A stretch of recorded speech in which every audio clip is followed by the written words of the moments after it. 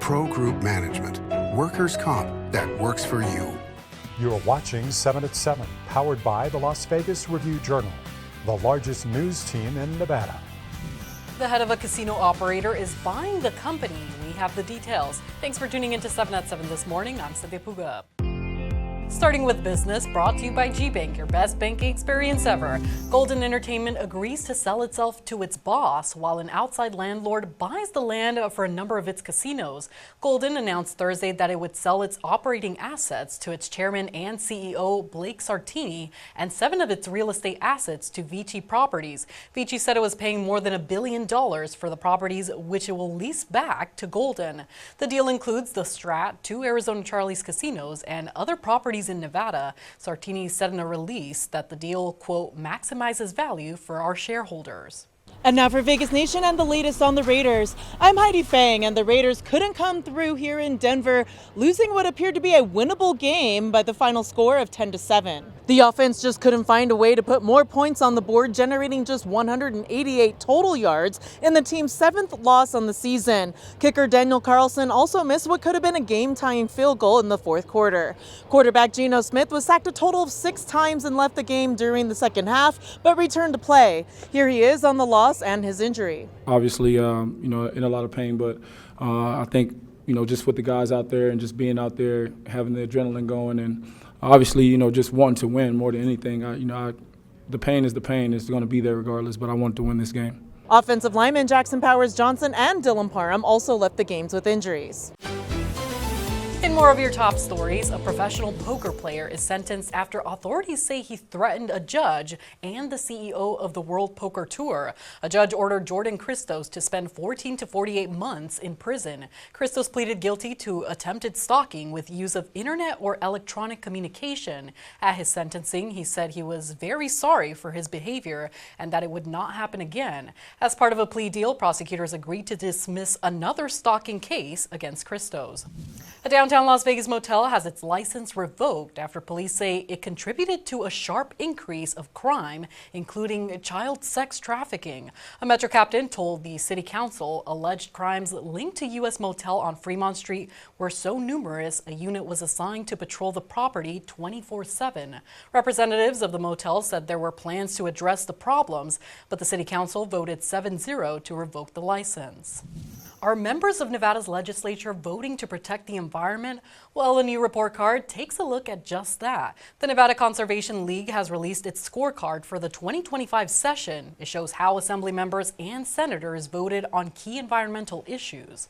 The votes that they tallied looked at bills that change things like master plans in large Nevada cities as it pertains to extreme heat, and different regulatory changes for NV Energy to make things solar more accessible to multifamily housing. Republicans consistently ranked lower than Democrats in the report, and rural representatives scored lower than those representing the Reno and Las Vegas urban cores. State Senator John Ellison, who got one of the lowest scores, called the scoring unfair and said he looks at every bill on its own merit.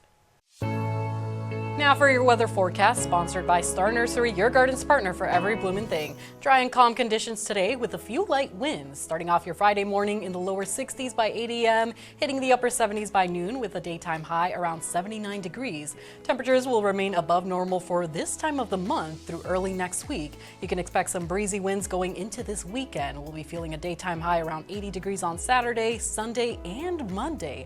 Overnight lows will be in the upper 50s. Sports brought to you by Station Casinos, STN Sports. Download the app today.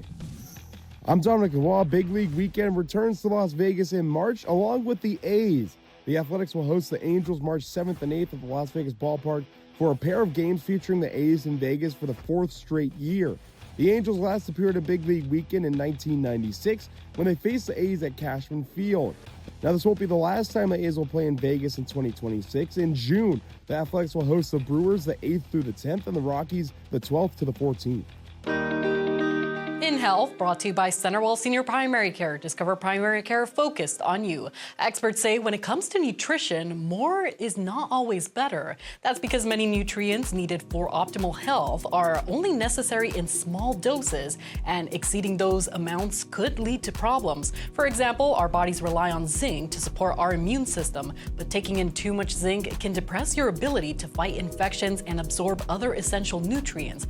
Experts recommend moderation, especially when it comes to nutritional supplements.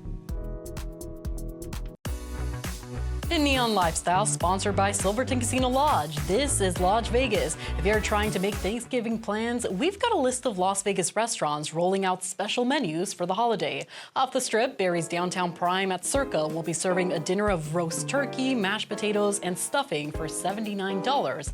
And on the Strip, Hakkasan restaurant is doing one of the most interesting Thanksgiving meals. It's a collection of dim sum and other Asian dishes. Back up in the northern part of town, Chef James Trees at his newly opened High Stakes Vegas is serving a Thanksgiving prefix menu. This is the first time Chef Trees has ever served a Thanksgiving meal at any of his 6 restaurants in Vegas. for the full list and prices, visit neon.lvrj.com. Sports betting brought to you by the Las Vegas Paiute Tribal Smoke and Cigar Shop. UNLV's football team will try to snap a 2-game losing skid when it faces Colorado State on Saturday. The Rebels are 4.5-point road favorites at Caesars Sportsbook with the total at 62. The Rams are plus 170 on the money line. In other Mountain West games, Utah State is a 9.5-point home favorite over UNR and the total is 52.5. The Wolfpack are plus 270 money line underdogs. Also, San Diego State is a 7-point road favorite over Hawaii and the total is 50.5. Now for Neon Entertainment, sponsored by Arizona Charlie's, has live entertainment every weekend at both locations. Go to ArizonaCharlies.com to see who's playing. A new night spot is ready for its New Year's Eve close-up. John Katsalamidis tells us what we can expect. Ivan Kane's 40 Deuce Burlesque and Music Club has formally announced its opening at Mandalay Bay on New Year's Eve. The Las Vegas music fan base will recognize Frankie and the All-Nighters, fronted by Vegas favorite Frankie Perez and Kane's entertainment roster. The band is in residency Wednesdays and Thursdays starting January 7th and 8th. Kane has 2 other house bands, a half-dozen dancers, and state-of-the-art technology in the new club.